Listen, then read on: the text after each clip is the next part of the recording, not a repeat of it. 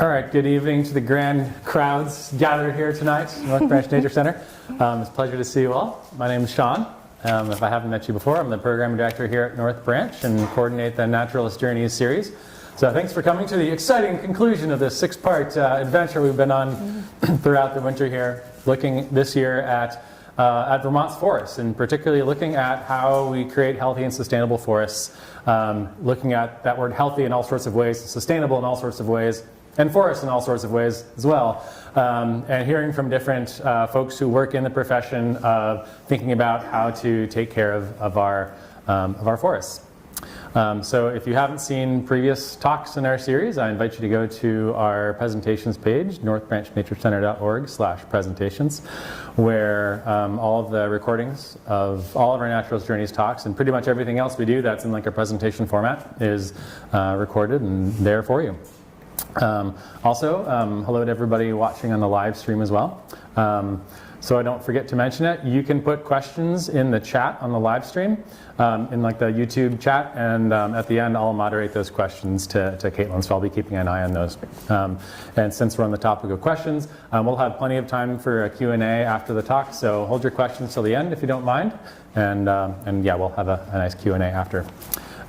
So I want to thank everybody for your support of North Branch Nature Center. So your support makes things like Naturalist Journeys possible. So for those of you that are members, thank you. For those of you that gave and donated in your registration tickets, thanks for that. If you would like to show your support for the Nature Center tonight, Anna Maria and I can help you figure out ways to do that after the talk. So please continue to support North Branch. I want to say thanks to our sponsors that make this possible to be free for everybody. So our lead sponsors, Hunger Mountain Co-op and 802 Coffee, as well as the other sponsors you can see up here on the screen. And I also want to say a big shout out to Orca Media, who's been recording these talks and live streaming them this whole winter. And that has been huge, especially as people get continually buried deeper and deeper in snow out there. It's nice to know that folks are able to watch online as well. Yeah, so we've been hearing from folks like Shelby Perry with Northeast Wilderness Trust talking about what happens when you can let forests do their own thing and kind of regain their own autonomy. We've heard from folks like Ethan Tapper learning about where the intersection is between, you know, a chainsaw and love and compassion is. And we've been hearing from folks like Steve Hagenbu at Audubon, Vermont about, you know, what does a bird care about when it looks at a forest? And so we're going to continue on this theme of learning from some great professionals in the field. And so please help me welcome Caitlin Cusack from Vermont Land Trust to learn about her work.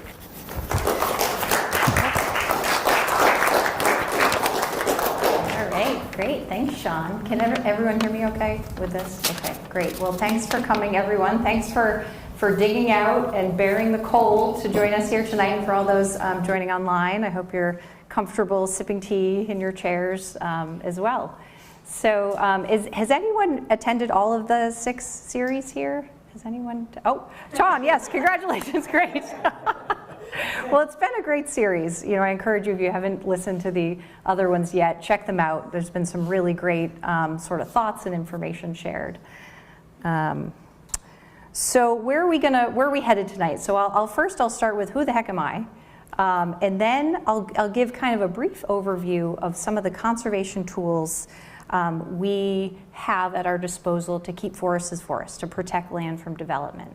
But where I'm going to spend the majority of my time is looking at these 2 case studies of properties that the Land Trust actually owns, where we're using ecological management to address certain threats, and that we're using it to achieve a number of different goals. And so since Ethan kicked us off, the words on my screen are way too small for me to read, so I'm going to turn and read from here. He kicked us off, and so I love this quote from his book, How to Love a Forest. And that is, "I'm learning to accept that this world demands more from me, that I have no choice but to be a beaver, a passenger pigeon, a pileated woodpecker, to become a keystone species, singing the music of change. I search for a relationship with this forest that is both pragmatic and kind, tempered with both humility and responsibility. I'm going to put that back there. So I offer this for our consideration tonight, and that's that we have tools to protect land from development, but there are many cases where that may not be enough. And that is because some of the issues and threats that I'll talk about throughout this talk, and that some of our other speakers have talked about, and that oftentimes ecological management can help us sort of address those. So, kind of start with, who am I? So I was raised in eastern Massachusetts, and it's kind of a suburban town just outside of Boston. And I'll have to say, I hadn't the slightest idea what a tedder or a manure spreader was at that time. I didn't know how you would take a log and make it into a board, sap into syrup, or that somebody could actually solely heat with wood. And so there were kind of different experiences sort of in my life that kind of led me to appreciate the more intricate connection we can have with land. And that was working on an organic farm when I was in high school, and then traveling, as you see the picture of me with one of those big redwoods, spending about 5 months on the west coast of Vancouver Island, to really start to appreciate that intricate relationship, but also our dependence on the land for food, for heat, for fiber, for building materials, for clean water, for clean air, all of these things that we know and sort of appreciate. So after I spent an AmeriCorps visitor term in southeastern Ohio working with American ginseng growers, I like to say I came to my senses and went back to school and got a degree in forestry. But that was at 27, so a little bit later, and I landed in Vermont in 2008. And that's sort of over the last 10 years, I've worked as a forester with the Vermont Land Trust. So I'll talk a little bit more about that organization in a minute for those that aren't familiar. And so I live in Bristol with my husband and my daughter Fiona, who you see her here. She's 6 now, but we have a sugaring business, Little Hogback Farm. We are bird friendly, mind you. So I know Steve spoke about sort of benefits of birds. And so, you know, I'm hoping to raise Fiona so she knows at a younger age how you may turn sap into syrup at least, right?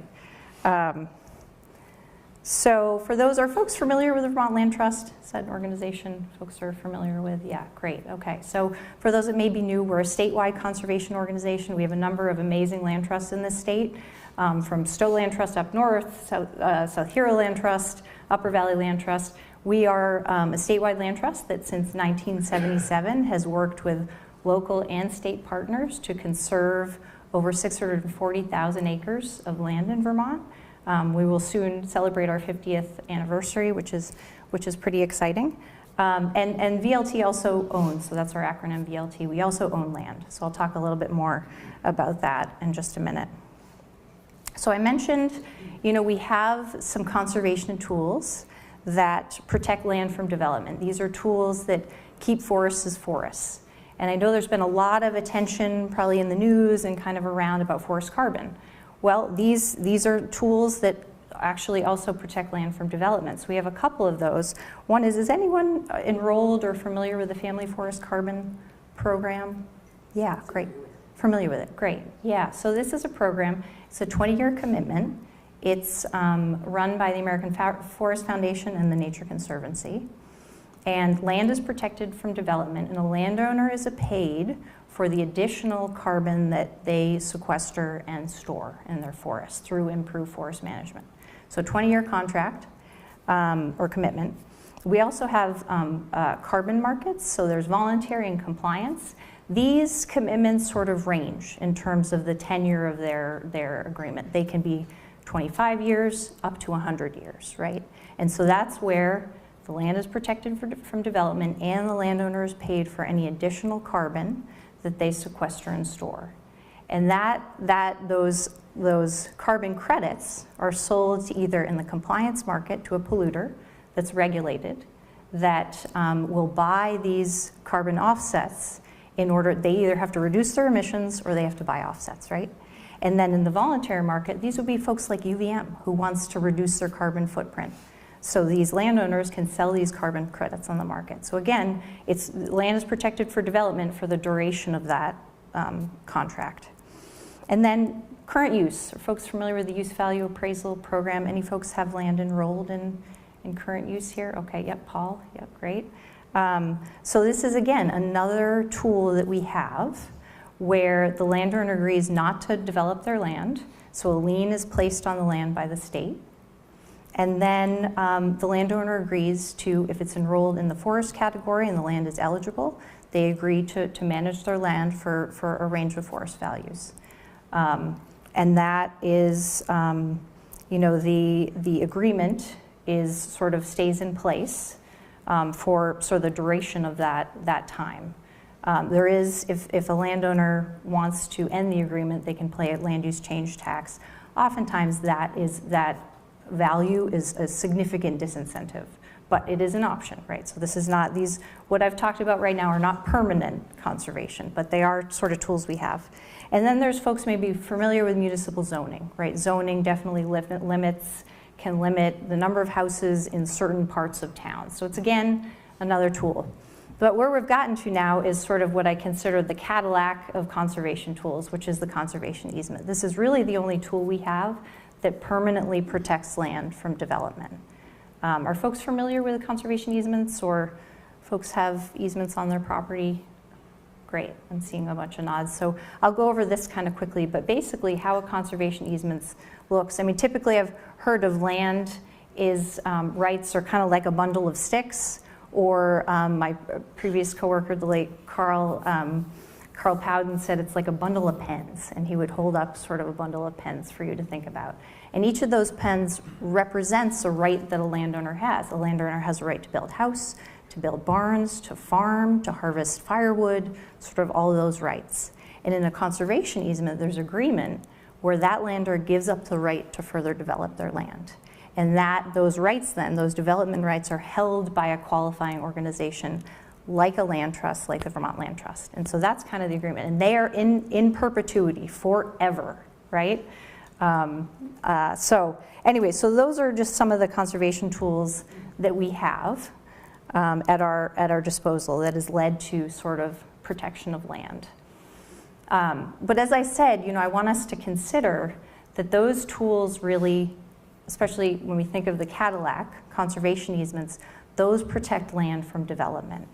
But there are a lot of other things and factors that affect sort of the forests that we see today.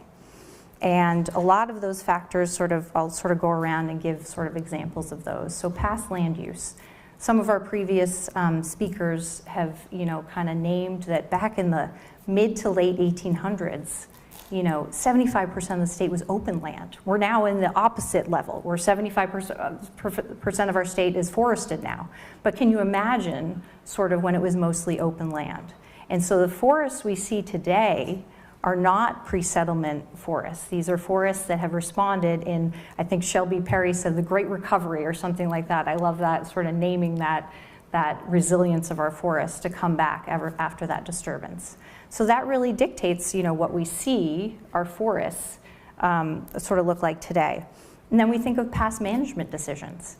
We make the best maple syrup, obviously, but you'll see a lot of sugar bushes that are just sugar maple, and that's because over time we've selectively chosen those species and trees sort of to benefit, and so that can go both ways. In this case, sort of a maple monoculture may not be the best place to be, right? There is, as they say, strength in diversity, right? So that's kind of something we have to think about when we're looking at our forests of today. We have introduced weed species, barberry, honeysuckle. I know folks are probably familiar with these species, and those are really causing significant impacts of our use of enjoyment if you're trying to walk down a path with barberry or knotweed sort of coming at you. But also it really impacts the ability of our native vegetation to become established. It really can crowd out a lot of those species that we prefer and those species that support a lot of insects, right, that are the sort of base of our food web. And then you think of introduced pests like the emerald ash borer, right? The emerald ash borer threatens the existence of all species of ash native to North America, including the 3 species here. Excuse me. And then Jess talked a lot about climate change and sort of what are we going to see with sort of these changes ahead and how's that going to impact things. And then there's like, we demand so much from our forests, right? We want firewood and all that. So, you know, just to say that here's kind of the suite of things that are sort of impact. So this is kind of the doom and gloom kind of the kind of depressing part. We'll get to more positive ways that we can be involved and take action, I promise. But this is kind of sort of, when I say conservation easements aren't enough, it's because here's the other things that are happening with our forest. So this map shows the darker shades of green are all the lands that have been protected in Vermont with conservation easements that the Vermont Land Trust holds. There is many more conserved lands, or many more conserved lands in the state. So this is not completely a representative of all the conservation land, but I just wanted to show you this because the green circles indicate the land that the Land Trust owns. And we own about 5,000 acres that we hold to really be like learning laboratories or classrooms where we can apply best practices and then share them with others. And so that's kind of one of the goals of sharing some of the work we've done in these lands, to share and have a discussion about, you know, how as a community, what are some of the tools that we have at our disposal. So, you know, on these lands, we've really used ecologically focused management practices in order to improve the ability of our forests to respond to climate change and stressors, to protect clean drinking water, sequester and store carbon, enhance wildlife habitat. Think of what Steve had talked about with forestry for the birds. How do we manage for breeding bird habitat? Restoring old forest characteristics, supporting local forest businesses, and then meeting some of our needs. So thinking about our heating and building needs in this sort of changing world. So the first place, you know, I want to start is the Jerusalem Skyline property. So this is, so I'll kind of go back here. The two properties that I'll talk about are Jerusalem Skyline, which is there. It's located in Starksboro, and then the Button Farm is the other one that is in Colchester, Vermont. And so we'll talk about how these goals can be met through ecological management. And you know, one thing to think about is if we don't sort of act, what's at risk? Well, we can impact the ability of the forest to regenerate, or kind of the ability of that next generation of trees to establish. We can impact our use and enjoyment, and our ability to continue to provide saw timber, firewood, that sort of thing. So those are sort of the things at stake if we don't address some of these sort of issues that we've talked about. So this is Jerusalem Skyline. So if folks are familiar with South Starksboro, this is for those of you, I know my friend in the back has hiked the Long Trail. This is my favorite section of the Long Trail. So this is called the Monroe Skyline. So the Land Trust property looks, if you're standing on the edge of our woods and you're looking out, you're looking at this skyline. And this is the section of the Long Trail that goes from Lincoln Gap to Appalachian Gap. And so this property was donated to the Vermont Land Trust in 1986 by Elizabeth Hill and Constance Robert. And here's a kind of little landscape view of that same area. So our property is in the sort of the yellow, the little piece there. Let's see, I'm going to talk louder and step away for all you in the room. But here is Starksboro. We've got Lincoln here and Bristol. So for those that are familiar with this area, this is the Hogback Mountain. And then on the other side, this is that Monroe Skyline I was talking about. So this is kind of the spine of the greens. And so one of the tools we use to prioritize and figure out how we can strategically conserve land is Vermont conservation design.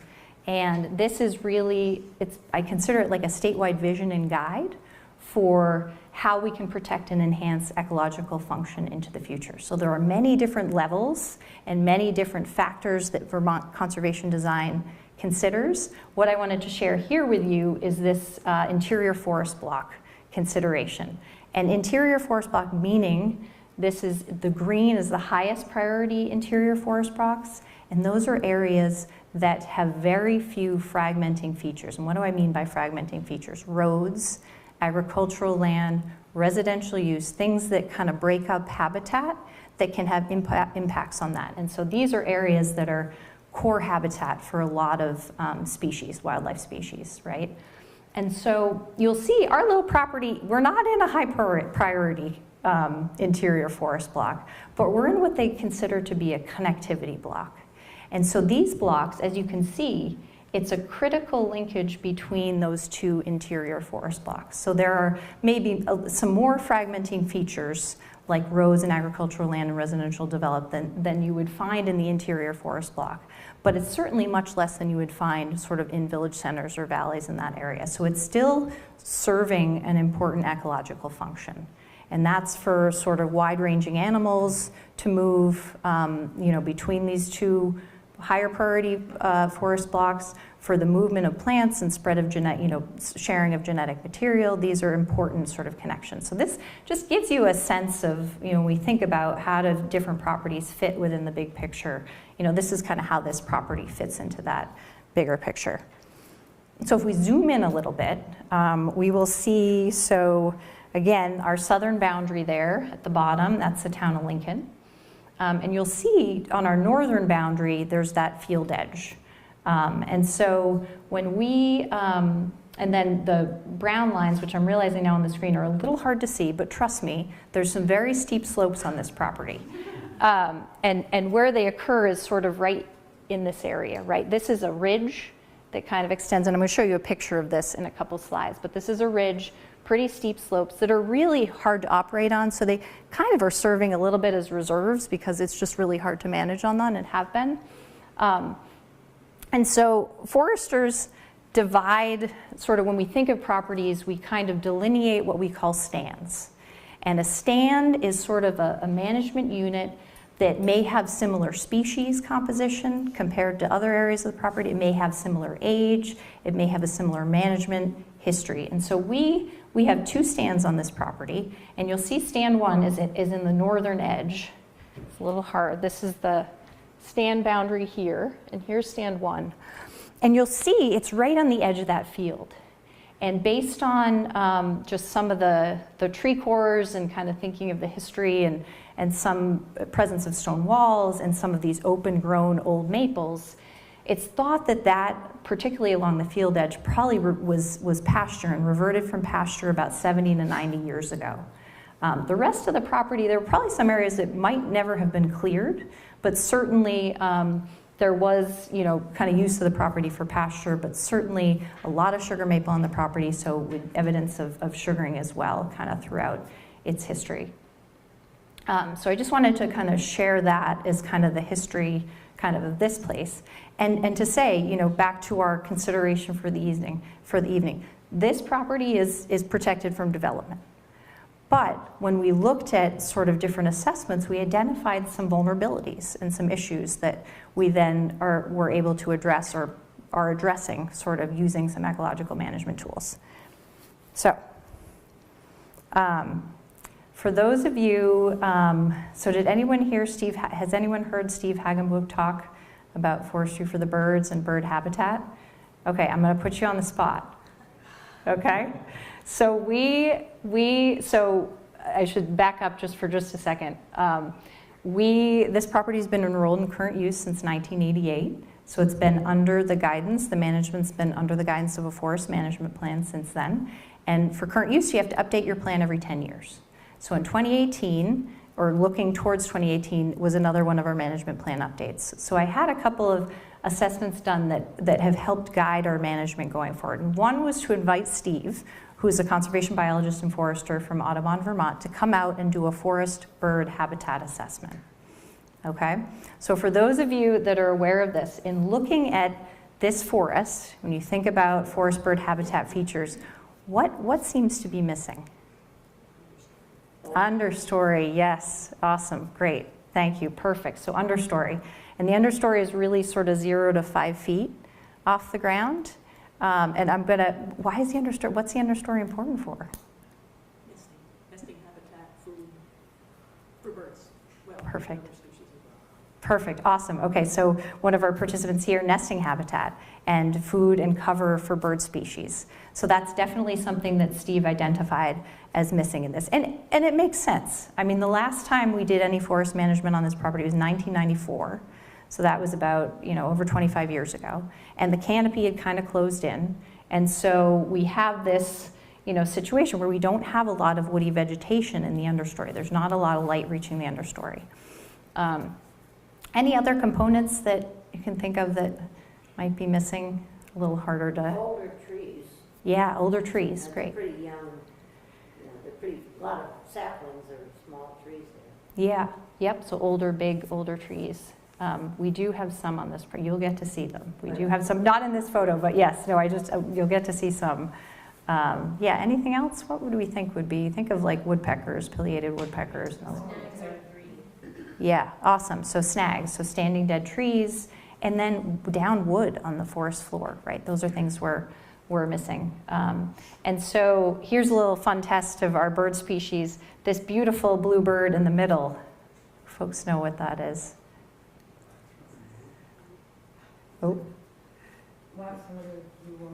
Awesome, thank you. Yeah, so the black-throated blue warbler. Why would I put that one in this photo? Folks know where that likes to nest? Evergreens? Oh, sure. I think there is an association with softwoods. Yeah, yeah. But they nest pretty close to the ground. They nest in that understory layer. So, addressing that will help enhance the breeding bird habitat for that type of species. What about this beautiful bird on the left here? Yes. Wood thrush. Awesome. Yeah. So wood thrush. Folks know where that one nests? This is a little test from those who attended. Mid-story, great. Oh, he's doing great here. We need some badges or something like high five. This is great. So wood thrushes, no, it's great. It's great. So wood thrushes nest in the mid-story, so 6 to sort of 20 feet up, but they feed on soil invertebrates, right? So they're also feeding on the ground. So having this cover, right, and healthy sort of soil community, that can really help our wood thrush. And then what about far right there? I'm looking at you because you're just... Yes, yeah, great. Awesome. So a veery sort of on the far right, a thrush like the wood thrush, but not as distinct pattern, sort of coloring on the breast there. And so the veery, that one nests also on the ground or close to the ground, right? And so we'll see habitat later on this property that is really wonderful for veery because it's got it's a wetland. But so these would be the bird species that would be addressed by, would be helped by addressing sort of some of these habitat components. So we also worked with the Northern Institute of Applied Climate Science. And we developed a climate adaptation plan with them. And so Jess Weichel, who came to speak a couple weeks ago, she really talked about sort of some of the climate impacts we're seeing and some of the ways that landowners can address this. So, this, I would say dive into that to get the full picture on what are some of the climate changes we're gonna see and impacts. But what I'll share here is sort of some of the threats or vulnerabilities that we address that are specific to this property. And one is sort of summer moisture stress. So if you'll remember, we'll have these deluges, right, of flooding, and then we'll have long periods of time without rain, right? And so that we've had, a number of summers where we've been in drought in the state. And that really, impacts sort of trees significantly, and particularly on this property. If you'll remember that topographic map, here's the ridge, right, that runs down it. And there's pretty thin soils on this ridge, so in particular, this is an area where, I'm concerned that some of these trees are gonna experience over time sort of drought stress. And so that's one thing, to kind of keep in mind. And then when we think about not only sort of existing trees, but also the ability to establish the next generation of trees, that's going to be a limiting factor in terms of soil moisture. And then we kind of couple in sort of competition from native species. Hayes-scented fir is native, but it can be competitive and sort of impact the ability of the sort of next forest to establish. So that's kind of one thing to consider. And then, in the most recent decades, deer. Deer love sugar maples and white ash. And so in some areas, some parts of the state, they're really impacting sort of those new seedlings to come up. So that's one thing. I have seen, pretty significant deer browse on this property. So that's another thing to kind of consider as we think about sort of increasing that. And then we've all experienced this greater wind disturbance, greater precipitation events, and that's really going to be something to think about in terms of how do we, manage this forest going forward. And then unfortunately, in that stand wand I showed you on the edge of the field, we have earthworms. And I know that may seem, for folks that are kind of just hearing this, earthworms are great in gardens and agricultural settings, but in the forest, they wreak havoc. And there are 20 species of earthworms that are from Asia and Europe that have been found in Vermont. And they can really change soil structure and chemistry that makes it hard. Some species will consume all the organic matter and humus layer, which is kind of that leaf litter and organic matter right on the forest floor. And a lot of our herbaceous plants and sugar maple rely on that to germinate. And so that can really have impacts. And so I'm seeing a lot of yellow birch in that stand, and that's probably going to be the future species that's able to establish in there sort of in the future. It may not be sugar maple. So again, just something to kind of think about. And then the emerald ash borer was discovered 5 miles as the EAB flies in Bristol in 2019. And I haven't seen any signs and symptoms of EAB yet, but it's something I'm thinking about when we have a lot of ash in certain areas. So I'll talk a little bit more about, one of our goals for conserving ash. So when I was ready to implement our forest management plan, so all those kind of assessments and ideas sort of went into our forest management plan. And then in the winter of 2020 to 2021, we were ready to implement it. And these were some of the goals that came out of that assessment process. We wanted to increase the forest resilience to climate change. And relatedly, one way to do that is to improve our diversity of species and our diversity of ages. And then wanted to enhance wildlife habitat, particularly for the forest birds that we had talked about, initially. Sort of how do we address that? And then protecting soil and water quality as we do it, conserving white ash, and then generating income and managing for high quality saw timber. So those were kind of all of our goals when I kind of jump into this next piece. I wanted you to meet Kyle Pratt because we're certainly all of this work and our ability to kind of do this work is dependent on forest workers like Kyle Pratt. So he's a logger, he lives in Richmond with his son. And at the time that he was doing this work, he had 2 employees, Tom and Josh. And the main way that they worked is I marked the trees to be removed, and I'll talk more about that in a minute. And Kyle and Josh would cut them down with a chainsaw, and then they would use a bulldozer to bring the trees back to the main skid trail that you'll see here. This is one of our main skid trails.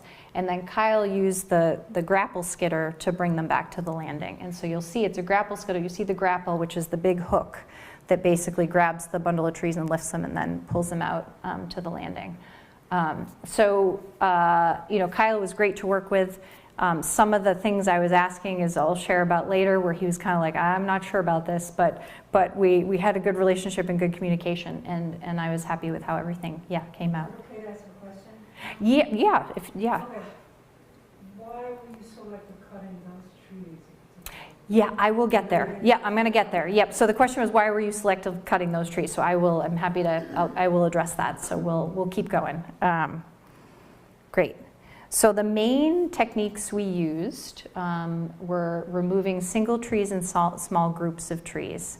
The silvicultural term is called single tree and small group selection.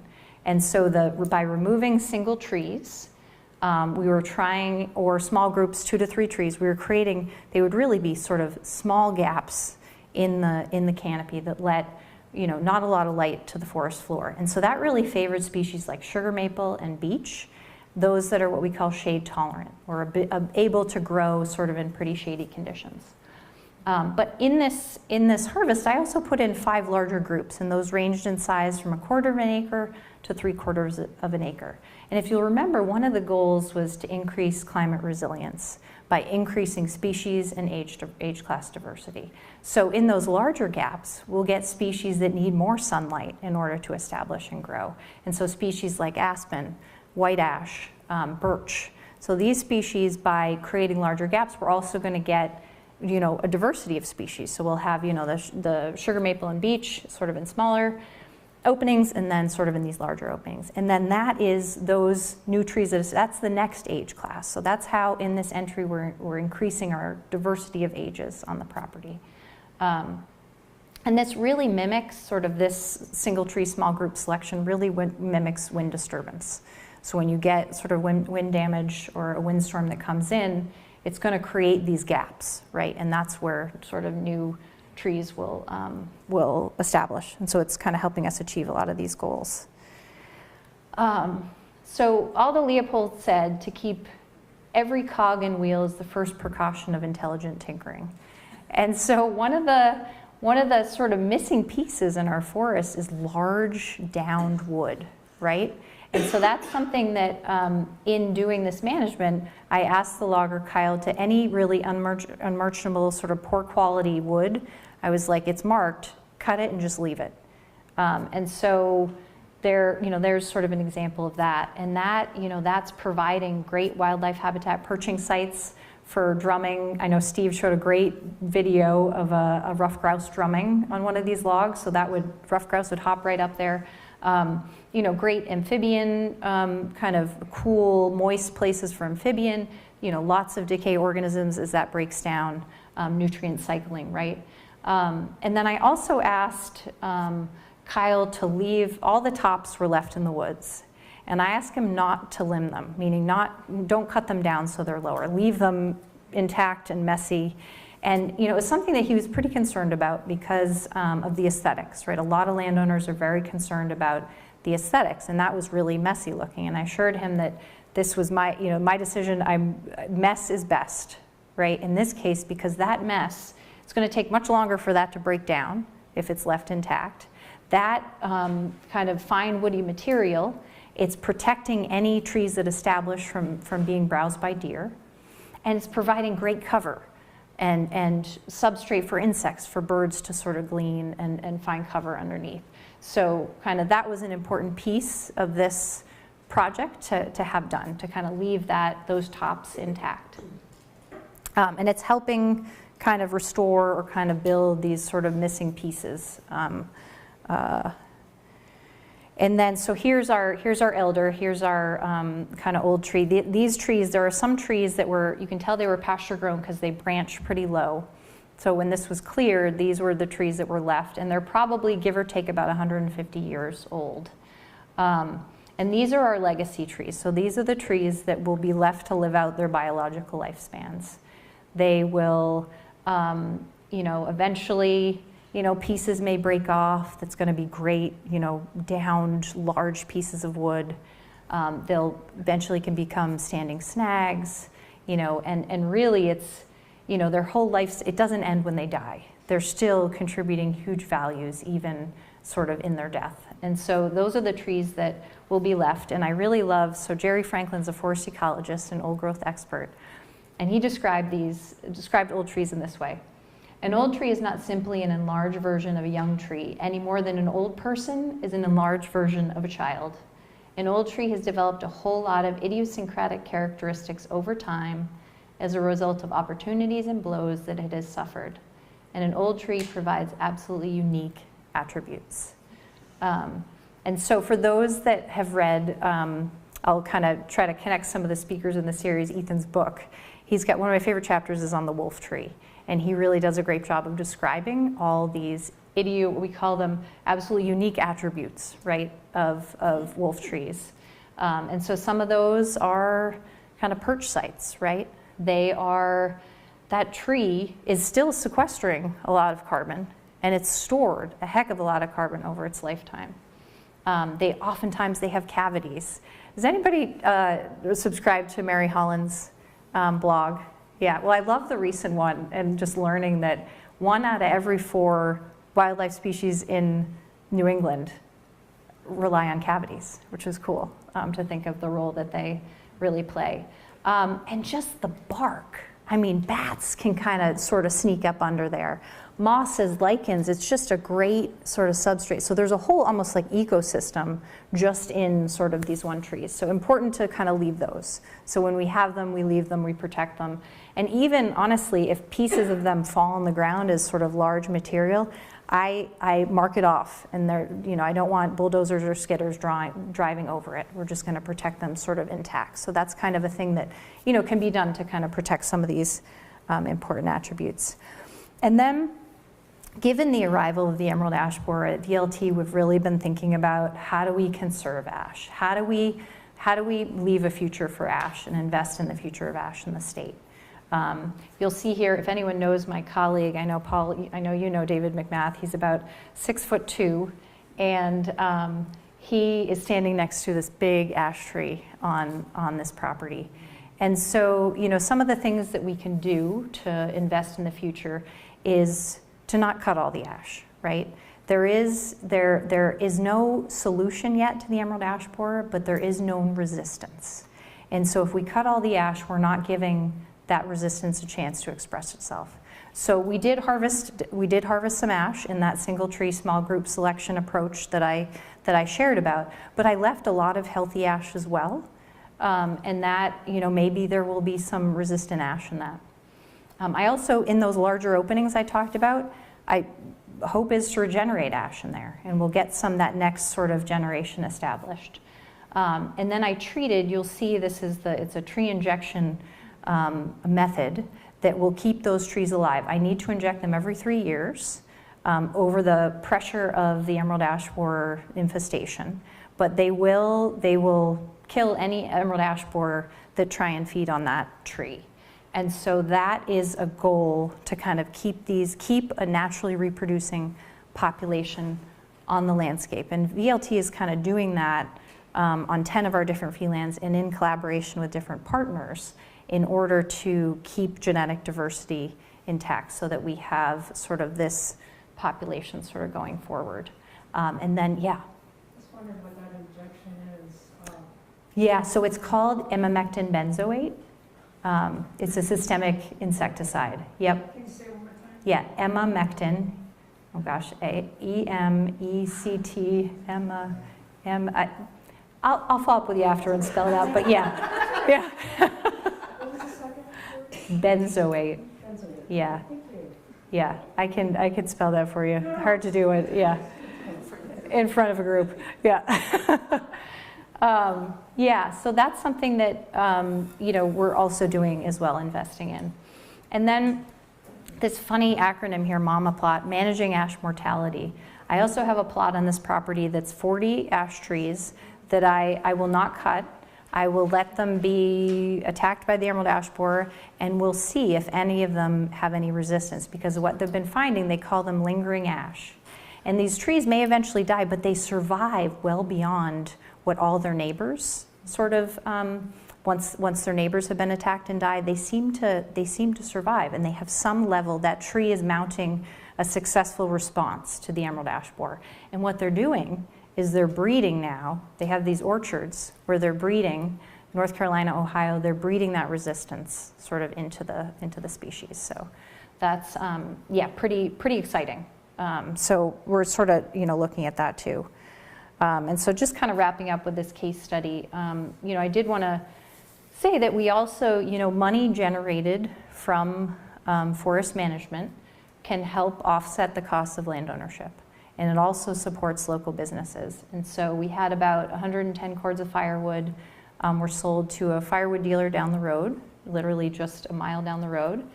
We had about 115 cords of pulpwood went to International Paper.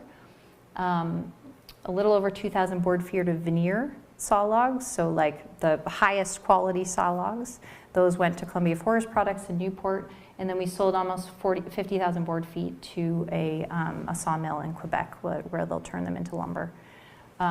So certainly, we left a lot in the woods, but we also did extract some value and generate some revenue and support sort of the whole forest products chain through this project as well. And then Jess, talked about this a little bit, and she might have named it or not as assisted migration, but there is no red oak on this property yet. But red oak, hickory, some of those species that you're more likely to find in southern New England are better adapted to the future climate conditions, right? And so I have a colleague, Pat Bartlett, who sprouts red oak acorns. And so he gave me 150, and he's down in Woodstock, so they're from a different zone, right? And I planted them in the 2 largest openings. So here's that 3/4 acre opening. So you can see all this sort of wood that was left on site. I did retain a yellow birch in the middle of the opening. Jess talked a little about retention. You'll see a snag. But I planted some of the red oaks. I tried to tuck them underneath some of the larger kind of downwood to kind of protect it. But that's something that, also I did find a couple of them, which is so exciting. They've made it so far. So we'll see. And then, I just want to make this final point about this. There are areas where we're not managing. So Alaire Diamond, our ecologist, who you'll meet in just a second, she identified this black ash red maple seepage swamp. Important for a number of species. This is where we might find Veery being very happy. And important for amphibians, four-toed salamanders, northern dusky, you might find kind of in this habitat. And this is an area where I can enroll it in current use. It's called an ESTA, ecologically sensitive treatment area. And this is, we don't have to manage for timber in here. But if some honeysuckle barberry kind of establishes in there, I'll intervene and kind of remove that. But basically, sort of the goals of this area are more for that wetland value. So this is kind of one of those reserves. So I want to move to the Button Farm, and I'm going to have my colleague Alaire Diamond introduce this project for you. And here we go. Hi, I'm Alaire Diamond, an ecologist with Vermont Land Trust, and I'm here today at the Button Farm in Colchester, Vermont. Vermont Land Trust owns and manages this farm together with Gene Button, whose family has worked this land for over 120 years. We are working on a couple of different ecological restoration projects. Behind me, you see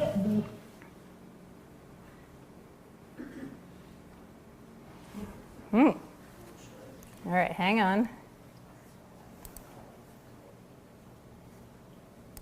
Let me just, for some reason, we hopped off the internet. A little technical difficulty. Hang on.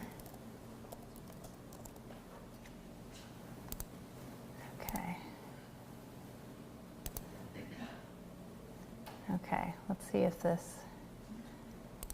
All right, okay, Alaire, go for it. restoration projects. Behind me, you see the. Oh no! Oh no! All right, let me try redoing this. Okay, and I apologize. It's gonna give us an ad. All right, hang on. I know. Here today. Okay. Hi, I'm Alaire Diamond, an ecologist with Vermont. 3 times the charm. And I'm here today at the Button Farm in Colchester, Vermont. Vermont Land Trust owns and manages this farm together with Gene Button, whose family has worked this land for over 120 years. We are working on a couple of different ecological restoration projects. Behind me, you see the small valley of Crooked Creek, which is a small stream that flows north from here. It joins another stream just after it leaves the Button property, and then that stream flows directly into Lake Champlain and now it's staying in Colchester. And about 70 years ago, the late 1940s, early 1950s, a dam was constructed here on Crooked Creek, right behind me where these machines are working right now. So what we're doing is we're removing that dam. It was a dam made out of earth, and restoring the natural flow of Crooked Creek. What we want to do now is to continue the reforestation that's happening naturally in the valley, but we're going to be bringing wood to restore some of that natural structure. The wood will also help to maintain the grade of the stream. So in the coming days, the land will continue to be shaped. Those wood pieces will be installed. There will be some other pieces of natural structure, so other pieces of wood, branches, some rocks to create a little bit of microtopography in the wetland. which will provide places for wildlife to perch, for decomposition to happen, for seeds from native plants to alight and grow and germinate. We'll also be planting wetland seeds, some upland seeds, and some plants, including willows, dogwoods, ostrich fern, and a variety of other native wetland plants that would occur naturally in this area. We've learned about what plants that we're going to put in here by studying the area and studying what would grow naturally at this site. It's going to be pretty exciting to see this come back to life as a wetland and stream system for the natural flow of water into Lake Champlain. Okay, great. Thank you, Alaire. Okay. So we'll go back to here. When was that video taken? That was done, gosh, that's a good question. Probably a year or two ago. Yeah. Still a relatively It is still a relatively new project, right? Yeah. And so this, oh boy. Well, that's fun. How did I do that? Okay, how do I turn? That's going to be really annoying. Okay, there we go. Okay. Oh, that's a new one. Okay, great. Okay, so this is a relatively new project as well. So this is a picture of the farm in 2021. So you'll see the pond, the farm pond is still there. But just imagine what Alaire had said, and that this whole valley, so basically Crooked Creek, runs through this stand. These are all white pines. Runs through the stand, about a third of a mile, sort of runs through the property there. And is the dam just on that The upper dam's, edge of the pond? yep, you can see it right here. There's the dam, and then you can't see the stream, but it kind of heads down And that was that way. just made to create the pond at Create the some pond. point. Yes, yep. So it was constructed in the around late 1950s. It was constructed for water for the cattle, for the farm. And then unfortunately what's that? Sort of conservation. Oh, yeah, probably funded it. Yeah, sure. Yep. And so the dam was constructed, but then unfortunately the family had to sell the cows in the early 1960s. So it wasn't used for very long. But this all, I don't know if you remember from the video, that whole valley was pasture, was open.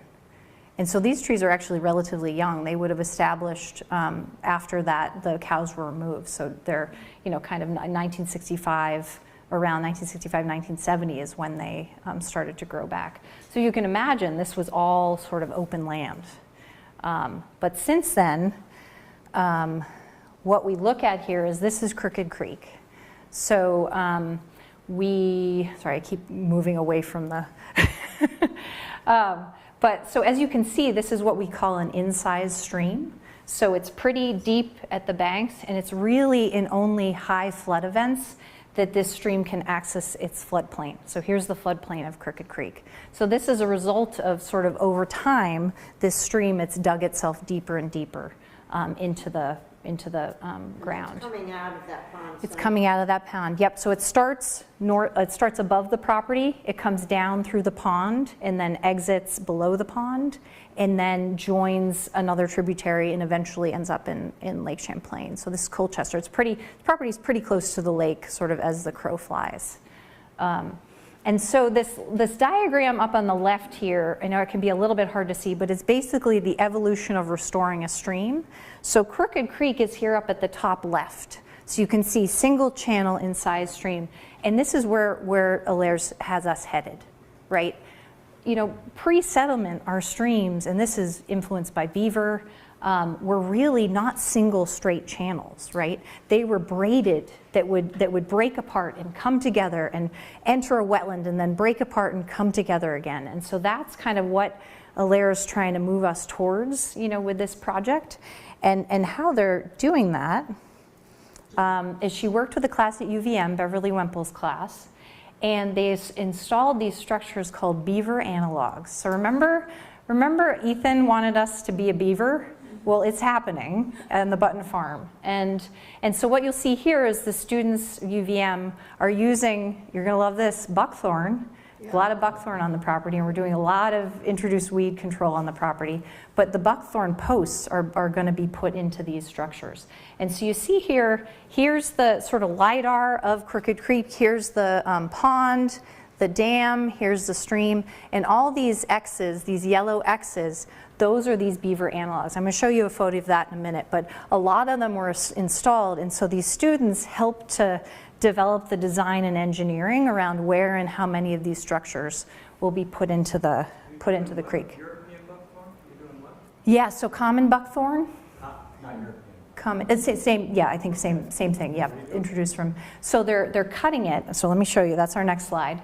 So they're cutting it, right, and they're installing it as posts across the stream, and then they're weaving willows between the posts.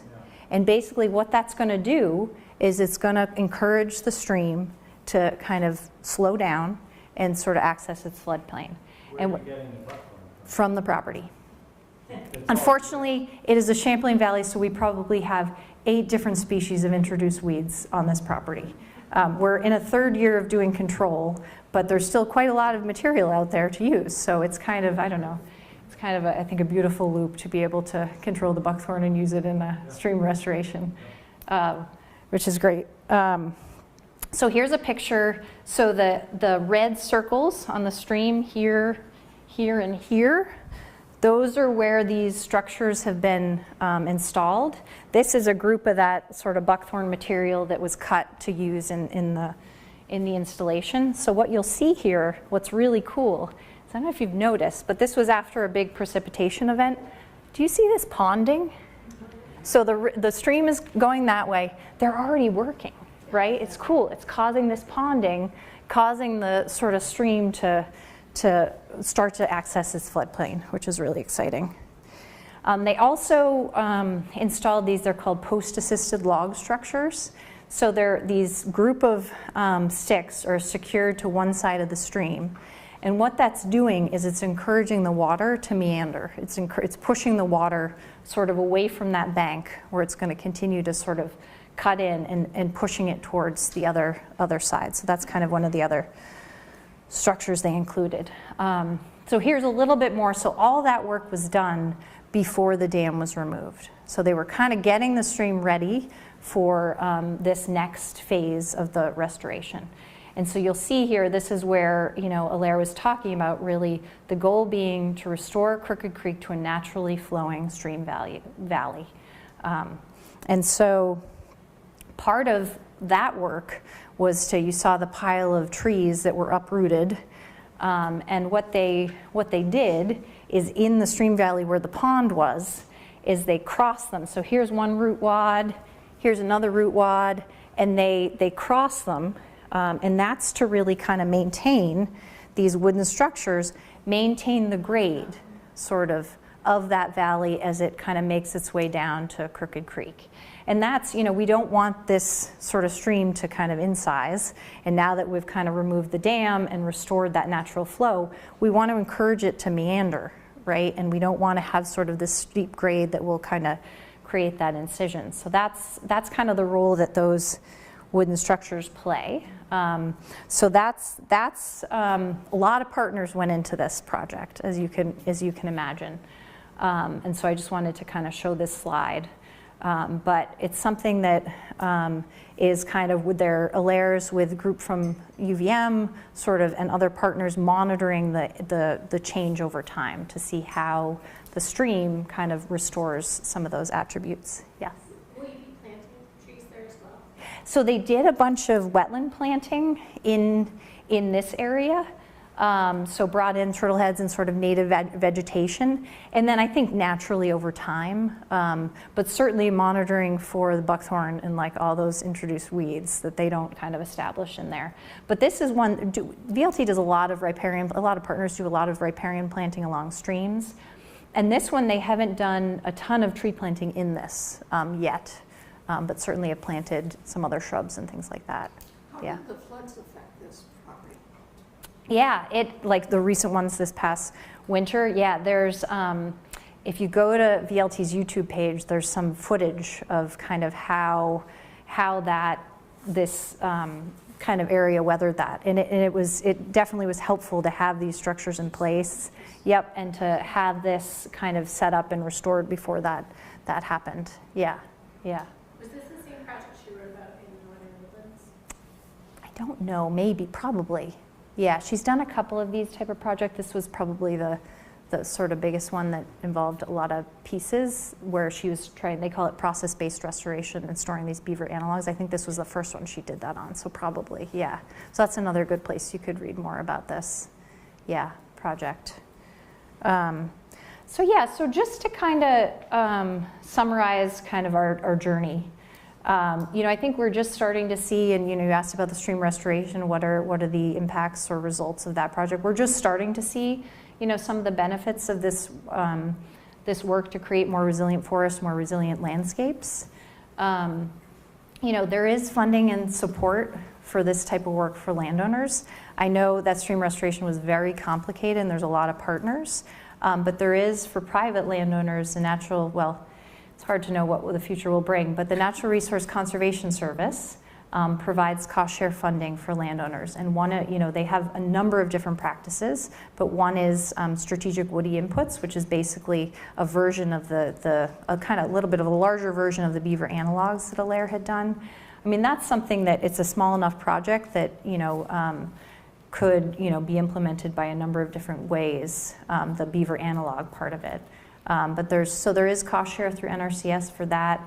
The harvest we had that I talked about, the first project, that was a commercial harvest, so we did generate income with that one, but there's also funding for private landowners for what we call pre-commercial work. So restoration work that can happen, bird habitat work in particular. There's a couple of practices for that that could certainly, myself or folks at Audubon could connect folks with for that. So.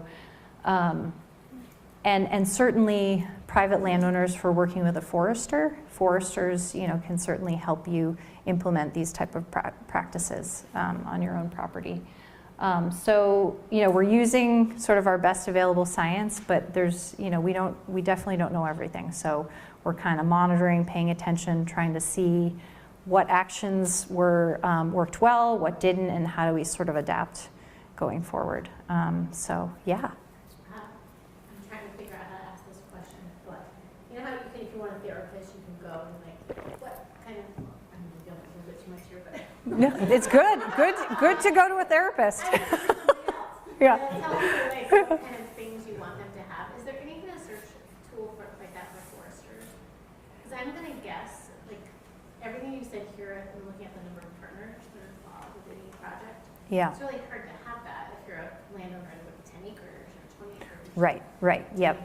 You need a might want a forester, but not get someone if you're going to have a super small property. Yeah. But there are different kinds of foresters that are going to encourage or know about the kind of practices that you're sharing. Yeah. Is there a way to kind of filter and find things that are... Yeah, there's not like a match dating site for foresters, unfortunately, but maybe it's a good idea. Maybe there should be. But, I think I encourage landowners to interview, different foresters. You can get a list of licensed foresters in the state.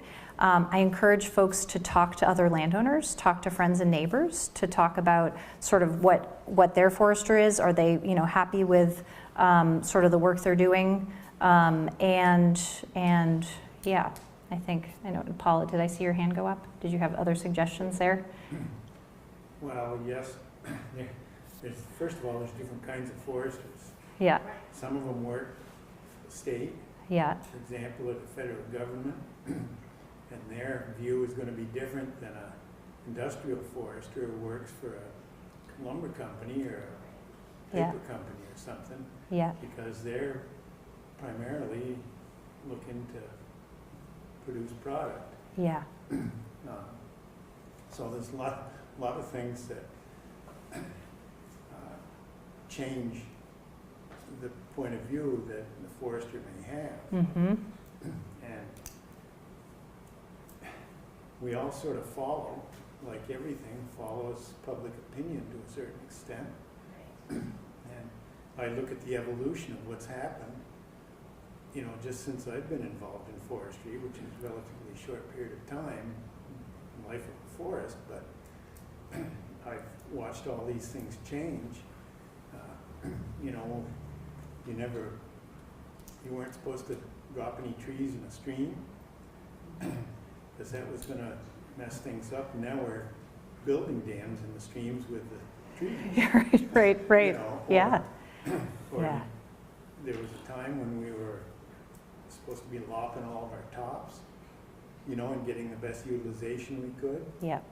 part of the sustained yield business. And, you know, so there's this constant evolution going on, and we're going back to Mother Nature one step at a time. And at some point, probably we'll all live in teepees and only need poles that are this big to hold them up. I don't know. But it's, Yeah, let's hope not. I don't think we're headed in that direction, but yeah, things change. So for those online, I'll just kind of maybe summarize what Paul was sharing here. And he was kind of in answer to that question, and I should repeat the question. I'm just remembering, Sean, to repeat that for folks online. Folks were, Sharon was asking, you know, if someone's interested in a forester that's, you know, kind of maybe more ecologically focused, how do you find them? And sort of Paul, in kind of taking that thought, you know, was saying, well, there's different types of foresters. There's foresters that work for timber companies, sort of industrial, foresters that work for companies like Weyerhaeuser, right? There's foresters that work for the state. And so for private landowners, there's consulting foresters, and those are the folks that you can hire to implement these type of practices. And Paul was sort of noting that these our ideas and what we do sort of has changed over time. And, you know, one example was, you know, we were told, you know, lop all the tops. And we were told, you know, keep wood out of the stream. Now we're adding wood to restore habitat and function. And so, it's trying to find, you know, folks that share your management goals, and we're, you know, working with them. But I think there's no kind of specific, I guess, list. There's different organizations that foresters are members of, the Forest Guild and the Society of American Foresters, and those, you know, organizations differ maybe in their values to a certain degree, and so, you know, there may be a difference in connecting with foresters that are members of those organizations. Yeah, Paul. It might be good to say that probably the best place to start is your county forester. Because Great you're point. going to know the range of foresters in their area. Yep. And Great point. They can say, well, so-and-so is primarily an industrial forester, or so-and-so is a consultant, or if there's specific goals that you're interested in, they may be able to say, well, you know, here's several people who I know are experienced in this. And, That's great. Then go out and, you know, call them. Go out in the woods with them, because what you have to do is feel good about the person that you're asking information of. Absolutely. Yeah. That's very important. Yeah, that's great. So just for folks online, Paul was suggesting start with your county forester. So these are foresters that work for the Department of Forest, Parks, and Recreation. They're not actually on county lines anymore. They're more kind of regional at this point, but that would be a good person to start with. They maintain lists of consulting foresters for private landowners. You know, folks ask VLT foresters, so folks with conservation easements are always asking for recommendations of consulting foresters, and based on their landowner goals, you know, we can, knowing how folks work, we can, you know, suggest folks for them to connect with. Yeah. Great, yeah. So, my name's Sandal. Hi, Sandal. Yeah. And I did a forester dating game. And oh, nice. It worked for you. Great. Hey, great. Congratulations. now, anyway, I'm not a forester. I'm a wildlife management major. Is there an elevation limitation to most forestry work in Vermont? I mean, I'm feeling like your Jerusalem skyline is probably reasonable elevation, and that ridge, I don't know what the elevation is, but I just wondered if there's some limitation to how high up forest can be managed. Yeah, I mean, there's certainly restrictions like 2,500 feet. And the Jerusalem skyline property is about, I'm going to say it's about 1,600, 1,700 feet. So it definitely is kind of higher up in elevation. You know, there's different regulations that sort of may limit forestry operations, there's sort of size of openings, like if someone's creating an opening that's 40 acres or larger, you have to get a heavy cut permit. You know, in terms of elevation, it's kind of that 2,500 foot level is part of that. You know, on properties with conservation easements, we see kind of unique natural communities that can be, you know, at different elevations, but that can also sort of impact, there may be restrictions on sort of work within some of those sort of montane, unique communities, but yeah. Thank you. Yeah. Yeah. Oh, yeah, I can go. All right, thank you. I've read over about 5 or 6 different Vermont land trust easements from properties around where I live. Okay. Heavy emphasis on maple production. Hmm. The boilerplate stuff, the writings that are in there. I don't Okay. have a problem with that. My problem is the tubing, the plastic tubing Uh-huh. running through the forest is just, that's a hindrance to somebody, maybe deer, moose, stuff like that. Yeah. If I got into the Vermont Land Trust, I've been trying to get them to soften up that language so it's not so strong, and maybe start to reduce some of this plastic tubing that's in the forest itself. So that's just something that nags at me. I'm starting to look at the projects. Okay. Yeah. I've seen it. I've worked in help tubing stuff, not knowing what it's doing to the forest. Now I look back, I says, that's not a good application. But dragging horses and sleds and stuff through, that's a miserable Yeah. turnout for the forest too in the spring. So Yeah. I don't know which one's Yeah. tubing's in. I'm not getting rid of it. But Yeah. I just didn't know if I got into the project, is there a way to soften it up that say you can only use so much tubing or restricted areas?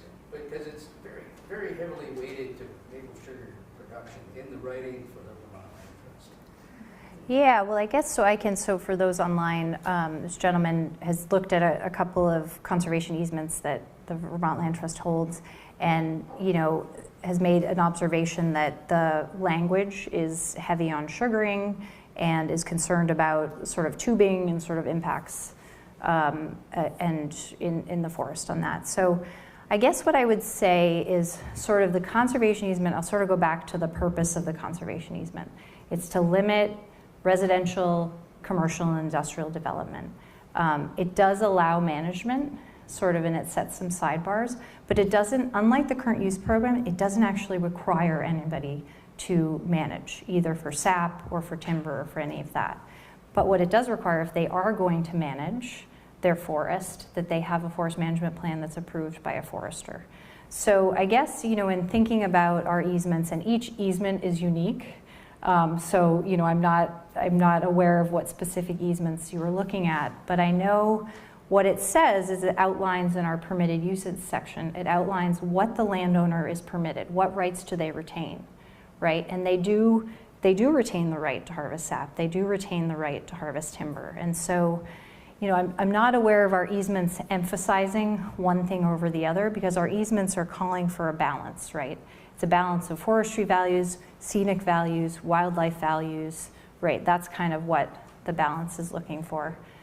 And yeah, I mean, I know you're not alone in not being happy with, you know, tubing. Yeah, Yeah. plastic, but Yeah. I know that's not forever either too. That maybe a new technology will come. Sure, yeah, and I know, for sure, and for, you know, folks to make a living in sort of commercial sugaring, it's, you know, kind of relying on the tubing is really the kind of only way to kind of balance that. So, yeah, yep, yeah. So thanks for, yeah, no, thanks for sharing that.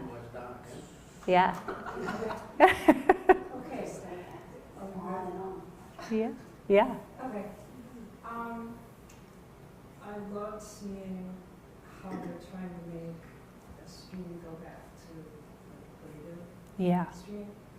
I'm sure many people here have, and if you haven't, you gotta read Beaver Dam. Oh, yeah. Do you know that book? I hear you. By Layla Phillips? Phillips, Beaverland, by Lila Phillips. She's got a chapter on before the fur trade in colonial time, colonial America, what the streams and rivers looked like. Mhm. They were so intricate. They weren't channels, okay? And this is one reason why we have so much trouble with flooding, Mhm. because we use this channel and there were rivers, and we're all too familiar with it. I was flooded out of my apartment. Oh, I'm sorry. Yeah. Well, I was right on a floodplain. Oh, I but knew it when still. I moved in, I went, you gotta realize, in a really bad situation, this could flood. Yeah. And it did, I was taking a chance, but it's a channel, right? A lot of it's a channels in East Montpelier. And I know they're bringing beavers to areas to try to, beavers do incredible things to wetlands next to rivers. They make them, they make pools, they dam it up all different ways. It's amazing. Mm. And if you want to read that book, it goes into that whole what they look like. And it's an amazing book because it's the history of beavers, even from, she's talking about the giant beaver which lived, what is it? I always get the ears mixed up, the Pleistocene. That sounds But right. she goes into that, and she goes into how this country really economically started on beaver trade. People don't realize how much we owe beavers, but that practically worked them out. Yeah. Literally, would come back with protection. But I wish more rivers and streams would go back to that because it's really it's more healthy for all the animals and people too. Yeah. Yeah. Anyway, Awesome. read the book if you haven't. No. It's Yeah. Beaverland. Thank you. Yeah. So for those that are tuning in online, Second time and it's even better. It's such a great book. I will share this recommendation. I second it. It's a great book, a book called Beaverland, which talks a lot about the history of beaver, the history of the fur trade, and sort of shares this concept that I shared from Alaire's slide that shows, our pre-settlement rivers look very different. And so, yeah, big recommendation for that book to learn more about that. And actually, Lila Phillips came up, Alaire brought her up here. She spoke in Shelburne about a year or two ago. Yeah. Yeah, there's a recording of her talk online if you want to see that. Yeah, it's great. Yeah. Hey, Sean. While we're on the subject, last year we had Ben Goldfarb, who's the author of Eager, I who's saw kind that, of yeah. on the other side of the same coin as Beaverland, do a talk for us. So if you want to check that out, It's called Eager. Cool. Eager is the name of his book, and it's similar themes and really well received. So if you've read Beaverland, check out that one too. Yeah. Otherwise, you should go check out the recording of that presentation. Yes. Here. Perfect. Okay, so for those online, if you couldn't hear Sean. I have my mic on. Oh, you do? Perfect. Okay, good. I didn't know. Great. Yeah. Any other Sandal? I have one more sort of step back, turn to VLT role. We're hearing a lot from the governor about the necessity for housing. Thousands and thousands of units are needed. And in my head, I'm just saying sort of where, what might it look like, who's looking at the big picture. I mean, when you showed the map of, this, there weren't a whole lot of houses in that Jerusalem area. Oh, yeah, sure. Starksborough's Sure, tucked yeah. down there with a few little, roads and stuff like that. I was studying the map. Yeah. But, We'll go back I'm to just that. thinking about, are there also conservation organizations who are touching base with the governor and that new housing initiative, which has a name, but I can't recall it. There's a new, let's Yeah. build more housing, I think it's something like that. Yep. And just thinking about, I think I did hear somebody making some reference to European house planning design, how to build new communities so that they're still they function well, and yet they leave forest land and farmland, pretty much intact. I just didn't know if anybody at the Land Trust is connecting with the governor on that.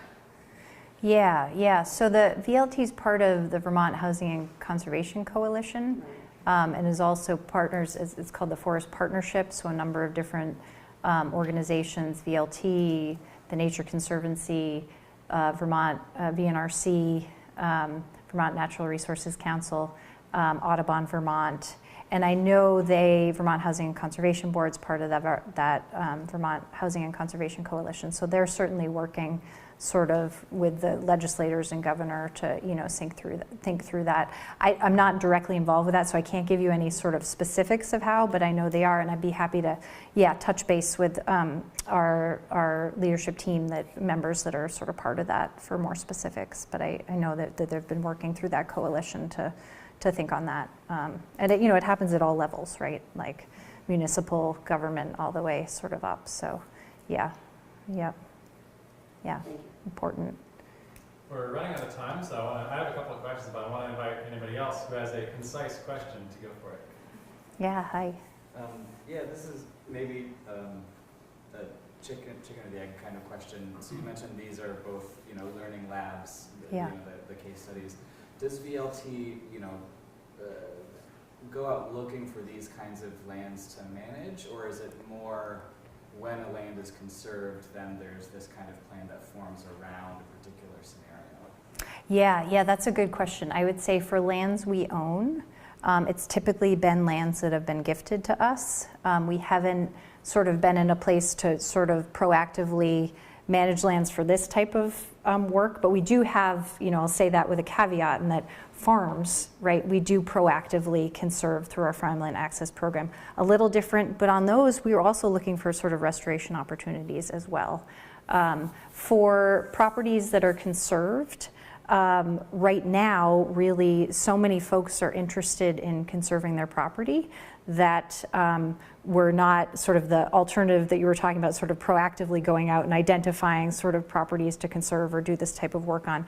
We're not really at that level, but I would say there's so many sort of opportunities for conservation, and then within all of these properties, there's a lot of great restoration potential as well. And so, our fee lands are the lands where we kind of have the most sort of control on looking at identifying sort of restoration and ecological management opportunities.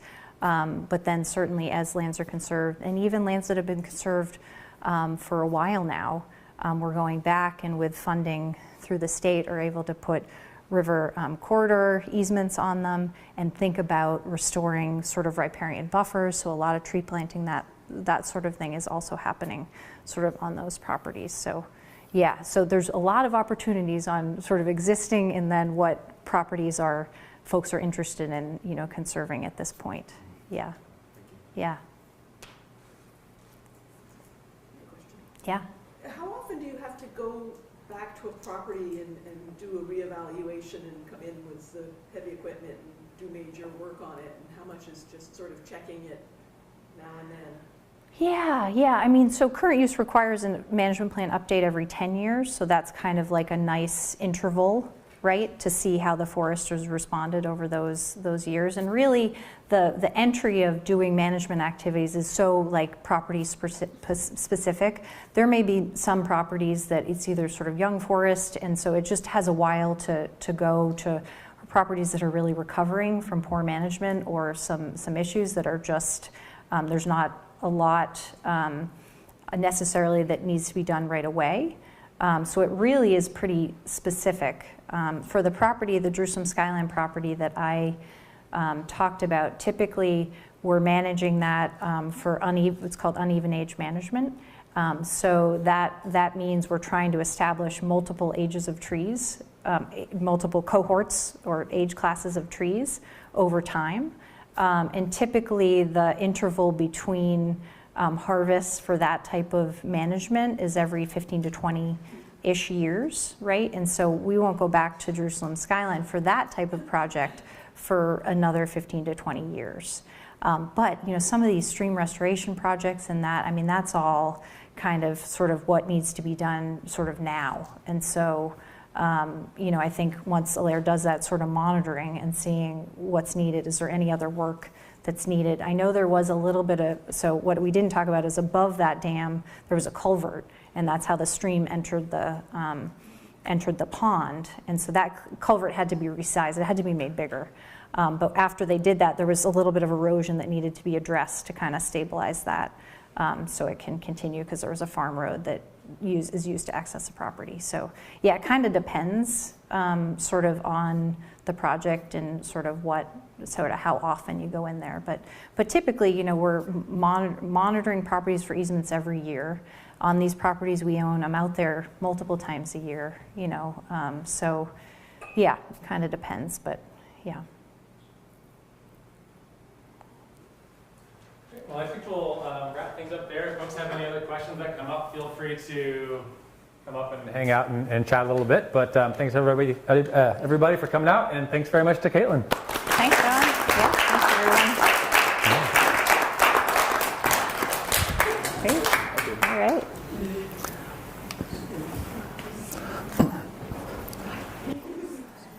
All right. Thanks, Sean.